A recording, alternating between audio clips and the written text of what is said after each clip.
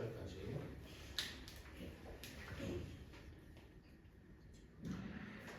한 절씩 교독하도록 하겠습니다. 제가 먼저 읽습니다. 그러나 우리가 온전한 자들 중에서는 지혜를 말하노니 이는 이 세상의 지혜가 아니요 또 이 세상에서 없어질 통치자들의 지혜도 아니요 오직 은밀한 가운데 있는 하나님의 지혜를 말하는 것으로서 곧 감추어졌던 것인데 하나님이 우리의 영광을 위하여 만세 전에 미리 정하신 것이라. 이 지혜는 이 세대의 통치자들이 한 사람도 알지 못하였나니 만일 알았더라면 영광의 주를 십자가에 못 박지 아니하였으리라. 기록된 바 하나님이 자기를 사랑하는 자들을 위하여 예비하신 모든 것은 눈으로 보지 못하고 귀로 듣지 못하고 사람의 마음으로 생각하지 못하였다 하는 바 같으니라. 오직 하나님이 성령으로 이것을 우리에게 보이셨으니 성령은 모든 것 곧 하나님의 깊은 것까지도 통달하시느니라. 사람의 일을 사람의 속에 있는 영 외에 누가 알아요? 이와 같이 하나님의 일도 하나님의 영 외에 아무도 알지 못하느니라. 우리가 세상의 영을 받지 아니하고 오직 하나님으로부터 온 영을 받았으니 이는 우리로 하여금 하나님께서 우리에게 은혜로 주신 것들을 알게 하려 하심이라. 우리가 애를 말하노니와 사람의 지혜가 가르친 말로 아니하고 오직 성령께서 가르치신 것으로 하니 영적인 일은 영적인 것으로 분별하느니라. 육에 속한 사람은 하나님의 성령의 일들을 받지 아니하나니 이는 그것들이 그에게는 어리석게 보이며 또 그는 그것들을 알 수도 없나니 그러한 일은 영적으로 분별되기 때문이라. 신령한 자는 모든 것을 판단하나 자기는 아무래도 판단을 하지 아니하느니라. 다 같이 읽겠습니다. 누가 주의 마음을 알아서 주를 가르치겠느냐? 그러나 우리가 그리스도의 마음을 가졌느니라. 아멘. 네, 한 주간도 주안을 잘 지내셨습니까? 아멘. 좋습니다. 우리 함께 이 시간에 고린도전서 2장 6절부터 16절까지 말씀을 나눌 텐데 우리 고린도전서 1장부터 쭉 살펴보고 있습니다. 사도 바울의 이 논지, 즉 1장부터 지금 오늘 본문까지 지금 사도 바울이 무엇을 얘기하고자 하는가에 대한 그 중심을 지금 잘 따라오고 계신 거죠? 네, 아멘으로 이해하겠습니다. 자, 이제 지난주까지의 말씀을 짧게 살펴보면서 넘어갈 테니까 좀 잘 들으셨으면 좋겠어요. 정리가 안 되면 안 되잖아요, 그렇죠? 듣긴 듣는데 그냥 그날 듣고 잊어버리는 것으로 끝나면 안 되니까 우리가 잘 듣고 또 잘 내 안에 정리가 돼서 그 맥락을 잘 잡고 있어야 성경이 이해가 되고 또 그 말씀을 우리 삶 속에서 살아낼 수 있는 힘이 되리라 생각이 듭니다. 자, 그러니까 처음부터 빠르게 정리할 테니까 정신 바짝 차리시고 졸릴 시간이 될 수도 있는데 졸지 마시고 이렇게 잘 들으시길 바랍니다. 자, 사도 바울이 1장에서 교회를 정의합니다. 네 가지로 정의합니다. 첫 번째는 교회는 예수 그리스도이시다. 그 다음에 교회는 성도들이다. 더 정확히는 내가 교회다. 그래서 건물이 교회가 아니다. 더 나아가 교회 건물이 성전이 아니다. 그 다음에 세 번째는 교회는 우주적 교회다라고 했습니다. 우주적 교회다. 다른 말로 하면 보편적 교회를 지향해야 한다. 또 다른 말로 하면 공교회로 한다. 이 말은 공교회라는 거예요. 여러분 공교회 들어보셨어요? 공교회 많이 들어보셨을 텐데요. 우리 말로도 하는데요. 어디서 나오죠? 네, 사도신경에 나오잖아요. 거룩한 공교회와 그 공교회가 우주적 교회라는 뜻이에요. 아시겠어요? 하나의 교회라는 거. 하나님 안에서 모든 교회는 하나다라는 거.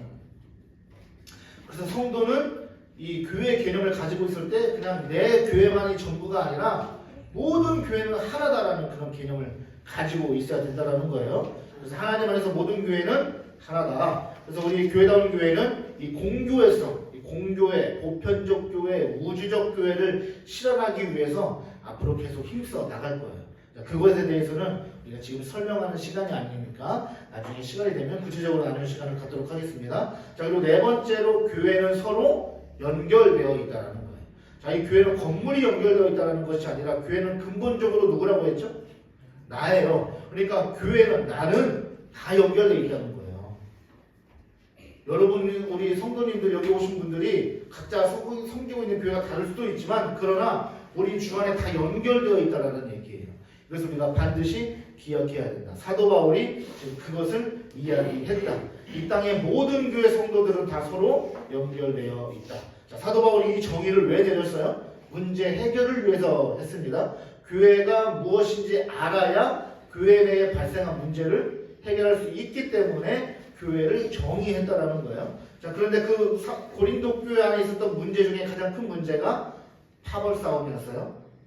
서로 당을 짓고 편가르기를 했다라는 거예요. 이 파벌의 문제 해결의 비결에는 바로 뭐다? 십자가 진리, 십자가 복음을 알아야 한다. 십자가 복음 외에는 다 무용지물이다, 소용없다. 이 세상의 그 유능한 지식들, 유식한 지식들을 다 서로 각자 자랑해봐야 아무 소용없다. 세상의 잘남과 세상의 지혜 하나님께서 다 패하셨다. 그래서 성도는 자랑할 게 뭐밖에 없다? 십자가밖에 없다. 예수밖에 없다. 이렇게 얘기했습니다. 그렇다면 십자가의 도가 뭐냐? 십자가의 복음이 뭐냐? 바로 그것은 하나님의 신비다. 기억나시죠? 미스테리오, 영어로 미스테리. 그 하나님의 신비, 비밀이다. 그래서 이 신비나 비밀은 아무나 깨달을 수 없다. 세상 것을 자랑 삼는 사람들, 이 세상에서의 삶이 전부인 줄 알고 살아가는 사람들, 자기가 아는 것이 대단하냐 착각하는 것으로 생각하며 살아가는 사람들, 그 사람들은 하나님의 신비를 알 수가 없다. 그래서 이 진리를 깨달은 자들은 다른 거 자랑할 게 없다. 오직 예수 그리스도만 자랑한다. 그런데 더 놀라운 이 하나님의 신비, 비밀을 너희 고린도 교회 성도들에게 내가 전했다. 너희는 그 비밀을 들은 자들 아니냐. 그때 내가 이 비밀을 어떻게 전했냐? 두렵고 떨리는 마음으로 전했다. 하나님의 이 감춰진 신비 비밀로서 이 십자가의 복음을 사람의 대단한 설득력 있는 논리 정연한 수사학적인 기법이 아니라 그걸로 한다 해서 깨달아지는 것이 아님을 내가 알았기 때문에 나는 십자가의 복음을 원색적으로 있는 그대로 직선적으로 예수 그리스도의 십자가 죽음과 부활을 전한다. 그런데 그 전할 때 내가 내 힘이 아니라 오직 성령의 힘을 의지해서 전했다. 그래서 너희가 이 놀라운 하나님의 지혜로 말미암아 십자가의 복음을 믿게 된 것 아니냐. 여기까지가 지난주의 말씀이었어요. 자, 일단 쑥 들어오셨어요 이제? 이해되셨죠? 자, 그렇다면 이제 오늘 우리가 읽은 본문 이 본문은 하나님의 그 지혜가 신비하다고 하고 비밀스럽다고 한 그 하나님의 지혜가 무엇이냐에 대해서 사도 바울이 이제 좀 더 구체적으로 설명하는 본문이 바로 우리가 읽은 본문입니다. 자, 오늘 본문 속에서 하나님이 각자에게 주시는 메시지를 함께 깨닫는 시간 되길 바랍니다. 자, 우리가 이제 한 절 한 절 차근차근 보겠습니다. 6절 봅시다. 6절에 보니까 그러나 우리가 온전한 자들 중에서는 지혜를 말하노니 이 세상의 지혜가 아니요 또 이 세상에서 없어질 통치자들의 지혜도 아니요. 이렇게 온전한 자들이 나옵니다. 온전한 자들이라는 것은 영적으로 성숙한 자들을 말해요. 영적으로 성숙한 자들은 알아요. 뭘 알아요? 하나님의 지혜를 안다는 거예요. 그렇다면 하나님의 지혜가 뭐냐? 바로 십자가 복음이다. 그런데 없어질 관원들, 그러니까 성숙한 자들은 그 하나님의 지혜를 아는데 없어질 관원들은 어떻다는 거예요? 그들은 하나님의 지혜를 모른다는 거죠. 1차적으로 사도 바울이 말하고 있는 이 없어질 관원들이 누구냐면 예수님을 십자가에 못 박은 유대의 지도자들, 종교 지도자들, 그리고 로마의 권세자들, 지도자들을 말하고 있어요. 그리고 더 나아가서 넓은 의미로 이 세상의 모든 지도자들, 우두머리들, 정치인들, 이런 사람들을 다 말하고 있는 거예요. 그런 사람들이 어떻다는 겁니까? 그런 사람들의 지혜도 아니라는 거예요. 이 하나님의 지혜는 이 세상에 잘난 사람들이 가지고 있는 지혜로 도저히 깨달아지는 것이 아니다라는 거예요. 여러분, 세상의 통치자들이 잘 나가는 사람들이에요? 못 나가는 사람들이에요? 잘 나가는 사람들이에요. 가진 것도 있고요. 머리에 지식도 있어요. 그렇기 때문에 남보다 우위에 서서 다른 사람들을 다스리는 거예요. 다 능력 똑같으면 여기 계신 분들 다 대통령 하시고 다 국회의원 나가셔야죠. 근데 다 사람마다 능력이 다릅니다. 그렇죠? 가지고 있는 것이 달라요. 이 지도자라고 하는 사람들은 일반 평범한 사람들보다는 다 우위에 있는 사람들이에요. 그들이 얼마나 잘 나갑니까? 얼마나 많이 배웠습니까? 지도자가 되었다는 것은 일반 사람들보다 무언가 우월함이 있다라는 거예요. 그러나 세상에서 통치자로서 지도자로서 아무리 명성을 떨치고 아무리 똑똑하고 많이 배우고 리더십에 있다고 한들 소용없다. 왜요? 하나님의 구원을 아는 자가 지도자들 중에서는 없기 때문이다. 그들은 사람들로 하여금 헛된 소망을 품게 하는 그 지혜를 가지고 있을지 모르겠지만 무슨 말인지 아세요? 선거철이잖아요. 정치인들이 뭘 가지고 나옵니까? 선거를 할 때 뭐 공약을 가지고 나와요. 공약 보면은 얼마나 그 머리 그 지혜를 짜냈겠어요. 사람들에게 마음을 움직여야 되기 때문에 이런 거 저런 거 다 짜냈을 거 아니에요. 그런 거 가지고 사람들의 마음을 움직일 수는 있어요. 그렇지만 그런 걸로 사람의 마음을 움직일 수 있고 소망을 품게 할 수 있고 미래에 대한 기대감을 가질 수 있고 저렇게 하면 우리나라가 좀 더 잘 살 수 있겠구나라는 생각들을 할 수 있을지 모르겠지만 그러나 그것은 하나님에 의해서 없어질 지혜들이라는 거예요. 아무것도 아니라는 거예요. 하나님은 그 세상 지도자들의 헛된 소망, 헛된 지혜를 뭐 하시는 분이다? 폐기처분하신다는 말이에요. 자, 이어서 그 지혜에 대해서 7절에서 이렇게 말합니다. 오직 은밀한 가운데 있는 하나님의 지혜를 말하는 것으로서 곧 감추어졌던 것인데 하나님이 우리의 영광을 위하여 만세전에 미리 정하신 것이다.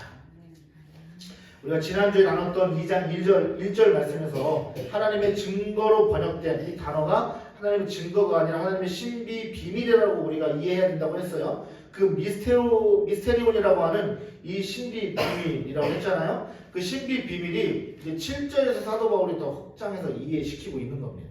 고린도 교회 성도들을 향해서. 자, 이 하나님의 신비한 구원의 비밀이 언제요? 창세 전부터 감춰져 왔던 거라는 거예요. 그리고 창세 전에 만세전에 하나님이 미리 정하셨다는 거예요. 다시 말해서 십자가의 진리를 깨닫게 하는 이 하나님의 비밀스러운 지혜는요, 시간이 시작되기 전부터 계획됐다는 거예요. 만세전이 나오잖아요. 딱 만년을 말하는 게 아니라 이스라엘 사고방식 문화권 안에 만세라고 하는 것은 아주 오래전에 그 시간이 시작될 때를 말하는 거예요. 하나님이 천지창조를 하실 때 천지창조를 하시면서 그때 시간이 시작되었습니다. 시간이라는 존재가 없었던 그 시절에 시간이 이 우주에 존재하기 그 이전부터 하나님은 뭐 하셨다는 거예요? 하나님의 그 지혜로 준비하셨다는 거예요. 구원의 계획을. 그것을 만세전부터 미리 정하셨다는 거예요. 그러니까 잘 들어보세요.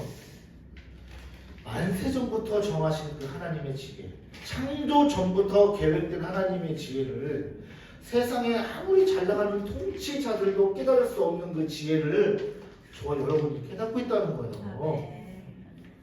여러분, 저와 여러분이 창세전부터 계획된 이 하나님의 비밀을 깨달았다는 거예요. 놀라운 사실 아니에요? 그래서 우리 입술에서 할렐루야가 나오는 거예요. 여러분, 그래서 우리가 얼마나 대단한 존재라는 거예요. 사도 바울이 지금 이 얘기를 왜 하신 줄 알겠어요? 고린도 교회 성도를 향해서 너희들은 다 이 지혜를 깨달은 대단한 존재들이야. 그 대단한 존재들이 왜 싸우고 있어? 이 얘기를 하고 있는 거예요. 하나님이 저와 여러분을 얼마나 사랑하셨으면 시간이 창조되기 전부터 이 놀라운 계획된 이 놀라운 지혜를 여러분 깨닫게 하시는가 이 말입니다. 과거에는요 우리 기독교인 수가 1000만이라고 했습니다. 우리 권사님들 젊었을 그 시절에 기독교 인구가 1000만이라고 했어요. 지금은 얼마인 줄 아세요? 제가 살펴보니까 2022년 통계에 뭐라고 나냐면 기독교 인구 비율이 대한민국의 15%예요. 기독교 인구가. 근데 2012년도에는 23%였대요. 그러니까 2012년부터 22년까지 통계할 때까지 10년 동안 8%가 줄어들었어요. 그러니까 이 인구 비율을요, 인구 수로 따지면 환산하면 약 771만 명이래요. 또 771만 명 중에서 다 교회를 열심히 다니거나 예수를 잘 믿거나 이런 사람들만 있는 것이 아니라 가난한 성도 들어보셨죠? 가난한 성도가 있다고요. 그게 29%라는 거예요. 이 비율을 또다시 인구수로 환산하니까 약 226만 명이래요. 교회를 안 다닌다는 거예요. 226만 명이. 기독교 인구 통계로 771만 명이 접했는데 그 중에 교회 안 다니는 사람들이 226만 명이라는 거예요. 그러니까 실제로 교회 정기적으로 출석하는 성도는 약 545만 명밖에 안 된다는 거예요. 8, 90년대에 한국 교회가 1000만 성도라고 그렇게 마치 그게 자랑같이 그렇게 얘기했던 시절이 있습니다. 그 전에 엊그제 같은데, 그렇죠? 그 시절에 엊그제 같은데 여러분 지금은 반토막 났습니다. 말하고자 하는 초점은 그 한국교회의 절망적인 상태를 말하고자 하는 것이 아니라 인구 1000만 중에서도 줄고 또 줄어서 교회 열심히 잘 다니는 사람이 약 500만 명이 되는데 그 중에 저와 여러분이 있잖아요. 그 약 인구 우리나라 인구 10분의 1이에요. 그 10분의 1 중에 내가 있는 거예요. 그 10분의 1 중에 내가 포함되어서 그 자리에 하나님의 이 지혜를 깨달은 자로 있다라는 사실. 그게 하나님의 이 섭리가 그래서 놀라운 것입니다. 그래서 하나님의 은혜인 거죠. 그러니까 어찌 교회 공동체 안에서 이 놀라운 하나님의 지혜를 깨달은 자들이 어떻게 서로 편을 가르고 싸울 수가 있겠느냐 사도 바울이 말하고 있거든요. 그래서 우리는 비복음적인 일에 목숨 걸고 서로 갈라치게 하는 그런 모습들을 우리 뭐 해야 될까요? 우리 철저하게 회개하셔야 돼요. 회개해야 돼요. 멀리 해야 돼요. 그래서 우리 교회다운 교회는요, 이 은혜 가운데 있기를 소망합니다. 우리는 서로 하나님의 놀라운 이 지혜를 깨달은 존재들이라는 것을 서로 자각해야 돼요. 서로 생각하고 있어야 돼요. 그래야 서로 겸손할 수 있습니다. 겸손해야 하는 거죠. 그래서 우리 교회다운 교회는요, 이 비복음적인 일에 힘을 쓰지 않을 거예요. 우리 교회다운 교회는 오직 복음만 자랑하고 선포하며 나누는 공동체로 지어져 갈 것입니다. 여러분 이어서 8절 한번 보시면 이 지혜는요, 이 세대의 통치자들이 한 사람도 알지 못하였나니 만일 알았더라면 영광의 주를 십자가에 못 박지 아니하였으리라. 이 세상의 지도자들 아까 이야기 나왔죠? 이 그들이 가지고 있는 지혜의 한계, 대제사장들, 유대 종교 지도자들이 가지고 있는 그 지혜의 한계를 말하고 있어요. 예수님을 못 바꿨던 그 시절로 돌아가서 그 대제사장이요, 자칭 왕이라 불리우는 예수를 많은 사람들이 막 따르니까 이 위협을 느껴요. 사람들이 저렇게 예수를 막 따라다니다 보면 이게 어떤 위협이 되냐면요, 로마 정권에 대항하는 일로 여겨지는 거예요. 이해되세요? 그렇게 되면 유대 땅이, 유대 사회에 어떤 일이 벌어져요? 유대인들 너희들 지금 뭐 하는 거야? 하면서 로마의 압제가 더 들어오게 되는 거죠. 압박이 더 들어오게 됩니다. 더 고통스러울 수 있는 거예요. 그러니까 유대인 종교자 지도자들 입장에서는 빨리 예수를 뭐 정적을 제거하듯이 제거를 하든 죽이든 뭘 하든 없애버려야 그래도 내가 발딛고 사는 이 유대 땅에 좀 더 평안할 수 있다라고 생각하는 거죠. 그게 그들이 가질 수 있는 나름대로의 지혜였던 거예요. 최선의 지혜를 가지고 그 상황을 그렇게 만든 거예요. 이해되시죠? 그런데 그 지혜조차 하나님이 뭐 하셨다는 거예요? 그 지혜를 사용하셔서 하나님의 이 계획된 놀라운 지혜를 통해 예수 그리스도라는 그 이름, 십자가의 부활과 죽음과 부활을 통해서 영생의 삶, 구원을 베푸셨다는 거죠. 그러니까 하나님의 지혜가 얼마나 뛰어나고 놀라운 것인가 우리는 생각해 볼 수 있다는 것입니다. 그런데 그 당시에 이 유대 종교 지도자들은 자신들이 가진 그 한계 때문에 예수 그리스도를 전혀 알아보지 못했습니다. 메시아 예수 그리스도를 십자가에 못 박았던 그 어리석은 지혜를 사용하셔서 하나님은 구원의 길을 여신, 오직 유일한 참된 지혜라는 거예요. 하나님은 이 지혜를 하나님을 사랑하는 자들을 위해서 예비하셨다라고 다음 9절과 10절에서 이렇게 말씀하고 있습니다. 기록된 바 하나님이 자기를 사랑하는 자들을 위하여 예비하신 모든 것은 눈으로 보지 못하고 귀로 듣지도 못하고 사람의 마음으로 생각하지도 못하였다는 것 같으니라. 오직 하나님이 성령으로 이것을 우리에게 보이셨으니 성령은 모든 것, 곧 하나님의 깊은 것까지도 통달하시느니라. 사도 바울은 계속해서 이 하나님의 지혜를 깨닫는 것이 얼마나 크고 놀랍고 대단한 일인가를 지금 계속해서 지금 설명하고 있는 겁니다. 하나님이 사랑하시는 자 외에는요, 십자가의 복음은요, 눈으로 직접 보아도 그게 십자가의 은혜인지 깨닫지 못하고, 귀로 들어도 직접 들었는데도 듣지 못하고, 마음으로 생각조차 못한다는 거예요. 마음은 뭘 가리켜요? 그 사람의 중심을 가리키잖아요. 이런 말도 있죠. 사람이 마음먹기에 따라 달렸다. 그 사람의 중심이 그 마음먹기에 따라 할 수도 있다고, 못할 수도 있다는 거예요. 믿을 수도 있고 안 믿을 수도 있다는 거예요. 그러니까 십자가 복음은 곧 하나님의 지혜를 받아들이려고도 하지 않았다는 말이에요. 스스로 그 마음에 결정했다는 거예요. 사람들이. 이게 무슨 의미일까요? 십자가 복음은 철저하게 감춰져 있는 비밀이라는 거죠. 마태복음 13장에서 예수님이 천국에 대한 비유를 말씀하시면 어떻게 이야기하시죠? 밭에 감추어진 보화 비유를 이야기하시잖아요. 그게 파야 보이는 거지 감춰져 있기 때문에 보이지 않아요. 안 보이던 보화가 보이면 어떻게 합니까? 수단과 방법을 안 가지고 그것을 가지려 하는 거죠. 그런데 이 십자가 복음을 누가 보게 하시고 깨닫게 하십니까? 성령님이시다라는 거예요. 성령님의 역할은요, 뭐냐면요, 예수 그리스도를 보게 하시는 거예요.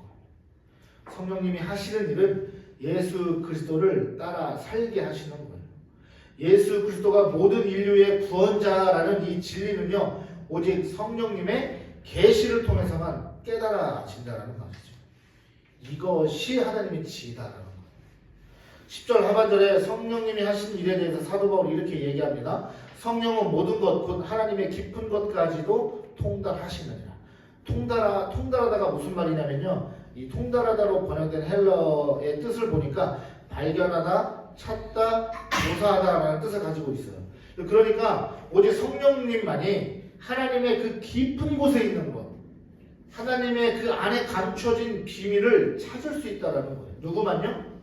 성령님만. 그러니까 성령님께서 조명해 주지 않으시면, 성령님이 여러분의 마음을 만져주시지 않으면 절대 깨달을 수 없어요. 여러분 성령 받으셨어요? 아멘. 아멘. 한 4분만 하신 것 같은데 나머지는 아직 그 비밀을 몰라서 그런 겁니까? 여러분 예수 그리스도를 믿으세요? 아멘. 여러분 믿는 것 자체가 성령을 받으신 거예요. 아멘. 이해되셨죠?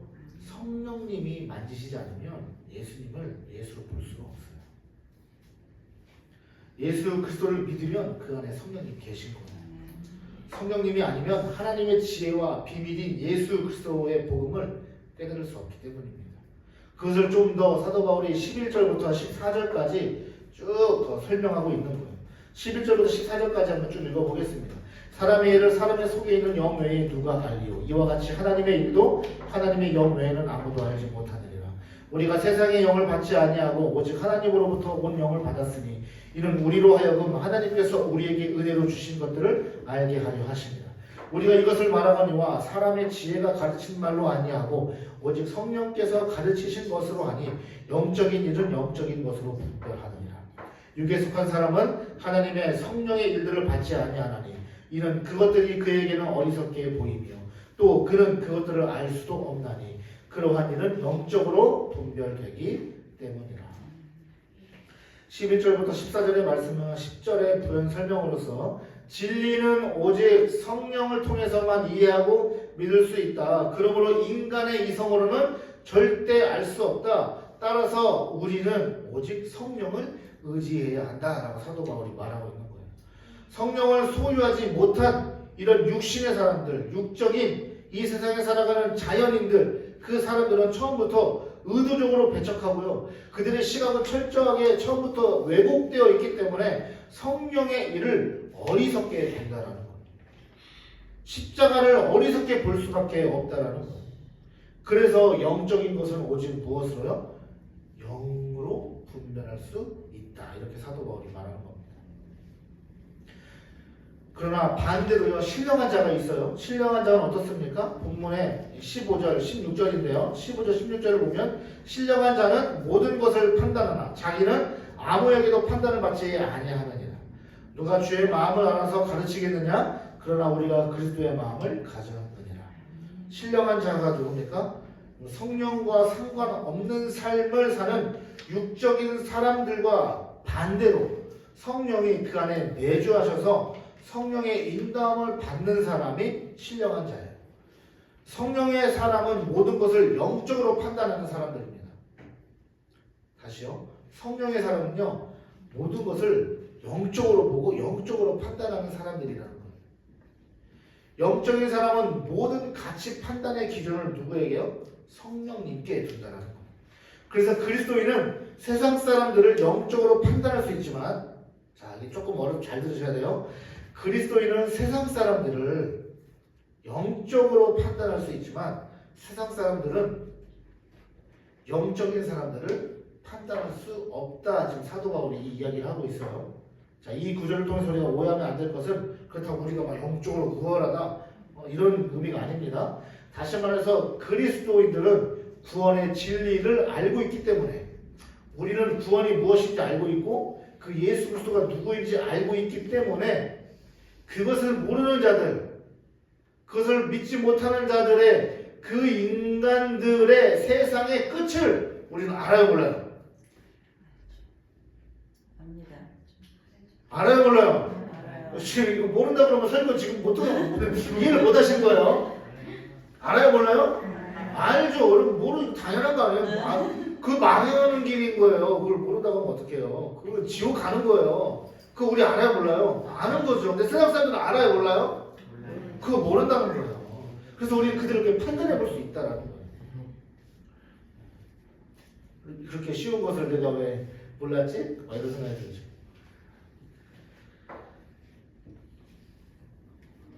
여러분 세상에서 아무리 똑똑하고 잘 나가도요, 부유해도 그들의 끝은 결국에 어디이고 무엇인지 우리는 알아요.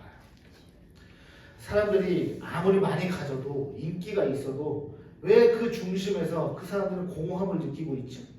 다 가졌는데도 왜 공허함을 느끼지? 그 왜 공허함을 느끼는지 우리는 알아요. 죄에 매여 있는 저들이 왜 고통받고 있는지 우리는 알아요. 그들의 그 공허한 마음의 원인을 우리는 볼 수 있어요. 우리는 구원을 받았지만 예수를 믿지 않는 자들의 종말이 어떻게 될지는 우리는 다 알고 있다 이 말이에요. 그러나 반대로 지금 저 밖에 다니는 예수 믿지 않는 육에 속한 사람들로부터 우리는 판단을 받지 않는다는 거예요. 판단을 받을 수도 없어요. 그들이 할 수도 없어요. 왜요? 모르는데 어떻게 판단해요? 우리는 아니까 그들을 판단하는 거예요. 그렇지만 그들은 몰라요. 그래서 우리를 판단할 수 없다는 거예요. 엄밀히 따지면 그들은 판단할 수 없습니다. 그 능력이 없습니다. 왜요? 뭘 알아야 하죠. 판단도 알아야 하는 거지. 모르기 때문에 할 수 없는 거예요. 그리스도인들의 구원에 관해서 세상 사람들은 그 어떤 판단도 할 수 없다는 말입니다. 이렇쿵 저렇쿵 할 수 없다라는 거예요. 뭐 그리스도인이 조금 잘못한 거 가지고 거짓말한 거 가지고 뭐 너 예수 믿는다면서 뭐 거짓말하고 그래? 너 진짜 예수 안 믿는 거 같은데? 이런 말 했다고 해서 그게 판단받는 게 아니라는 거예요. 이해되셨어요? 그거 가지고 우리는 흔들릴 수 없다는 거예요. 그들은 아주 그냥 수납 겉핥기식의 지식뿐인 거지 그들은 우리의 영적인 상태에 대해서 우리의 미래에 대해서 그들은 절대 판단할 수가 없습니다. 그들은 왜 스스로 공허한지 그리고 그 공허를 어떻게 해결하고 채울 수 있는지 절대 모릅니다. 죄가 무엇인지도 모릅니다. 십자가를 통한 하나님의 구원의 계획을 깨닫지도 못합니다. 왜요? 십자가를 미련한 것으로 여기기 때문이에요. 우리가 알고 있는 십자가의 진리에 대해서 세상 사람들은 그 어떤 판단도 할 수 없다 이 말입니다. 그런 의미에서 성령에 속한 성도는요, 육에 속한 사람들 그 누구에게도 우리는 판단받지 않는다 이 말인 거예요. 지금이 15절 이해되셨습니까? 자, 이것에 대한 이유와 결론으로 사도 바울이 16절에서 이렇게 말하죠. 16절 다 같이 한번 다시 읽어보겠습니다. 누가 주의 마음을 알아서 주를 가르치겠느냐? 그러나 우리가 그리스도의 마음을 가졌느니라. 아멘. 자, 이 누가 주의 마음을 알아서 가르치겠느냐? 이 구절은요, 사도 바울이 이사야 40장 12절과 13절의 말씀을 인용한 거예요. 볼까요? 이사야 있거든요. 이사야 40장 12절 13절 같이 읽어볼까요? 시작. 누가 손바닥으로 바닷물을 헤아렸으며 뼘으로 하늘을 쟀으며 땅에 티끌을 배에 담아 보았으며 접시 저울로 산들을 막대 저울로 언덕들을 달아 보았으랴. 누가 여호와의 영을 지도하였으며 그의 모사가 되어 그를 가르쳤으랴. 아멘. 이사야 이 40장의 말씀은요, 그 유대인들이 포로로 끌려가자 바벨론에 포로 생활이 끝나고 하나님께서 유다 백성들을 다시 이끌어내셔서 구원하실 것이다 라는 이사야 선지자의 예언의 말씀이에요. 그러니까 제2의 출애굽을 상징하는 사건이에요. 이사야는 이 놀라운 이 하나님의 구원 계획을 누가 알겠으며 누가 그 하나님의 놀라운 구원의 계획을 가르칠 수 있느냐 반문하는 거죠. 없다라는 거잖아요. 그렇죠? 그런데 그것을 아는 사람이 있어요. 누구예요? 그리스도의 마음을 가진 자라는 거예요. 다시 말해서 15절 하반절에 성령에 속한 성도는 육에 속한 사람들로부터 뭐예요? 판단을 받지 않는다고 했잖아요. 왜요? 육에 속한 사람들 그 누가 십자가의 구원의 계획을 만드신 하나님의 마음을 알 수 있겠으며 또 주의 마음을 가르칠 수 있겠어요? 할 수 없어요. 아예 알 수가 없어요. 그렇기 때문에 우리는 판단받지 않는다. 그러나 우리는 대신 그리스도의 마음을 가져서 성령에 의해 하나님의 구원 계획 속에 담긴 지혜와 하나님의 마음을 안다 이 말입니다. 할렐루야. 주님께 영광 영상 한번 돌립시다. 여러분 성도는요 이런 사람들인 거예요. 저와 여러분은 이런 사람들이에요. 이런 존재들이에요. 성령께서 도우사 하나님의 마음을 알게 하는 그런 존재들이다라는 거예요. 그러니까 사도 바울의 심정이 지금 이 말을 하면서 이 말씀을 하면서 이런데도 교회에서 싸우실 겁니까? 이런데도 자기 주장을 내세울 겁니까? 편가르게 할 겁니까? 각자가 서로 분열의 중심에 있을 것입니까? 복음을 깨닫고 복음대로 살고자 팔보도 쳐도 모자랄 판에 왜 사단의 도구로 전락해서 교회 안에서 자기가 가지고 있는 직분과 역할이 얼마나 대단하길래 목이 곧은 백성으로 살겠습니까? 여러분 우리 회개합시다. 이 절절한 사도 바울의 마음을 여러분 느끼시길 바라요. 깨달으시길 바라요. 지금까지 나에게 그런 모습들이 있었다면 여러분 이제 우리 주 앞에 내려놓고 회개하시길 바랍니다. 주여 나를 불쌍히 여기소서. 주의 마음을 아는 자로 살게 하여 주옵소서. 더 나아가서 하나님 한국교회를 불쌍히 여기소서. 분열은 그치게 하소서. 여러분 이 믿음의 고백과 기도가 삶이 되어야 될 줄 믿습니다. 마지막 말씀 그러나 우리가 그리스도의 마음을 가졌느니라. 아멘. 그러나 우리가 그리스도의 마음을 가졌느니라. 한 번 더 그러나 우리가 그리스도의 마음을 가졌느니라. 아멘. 이것이 우리 함께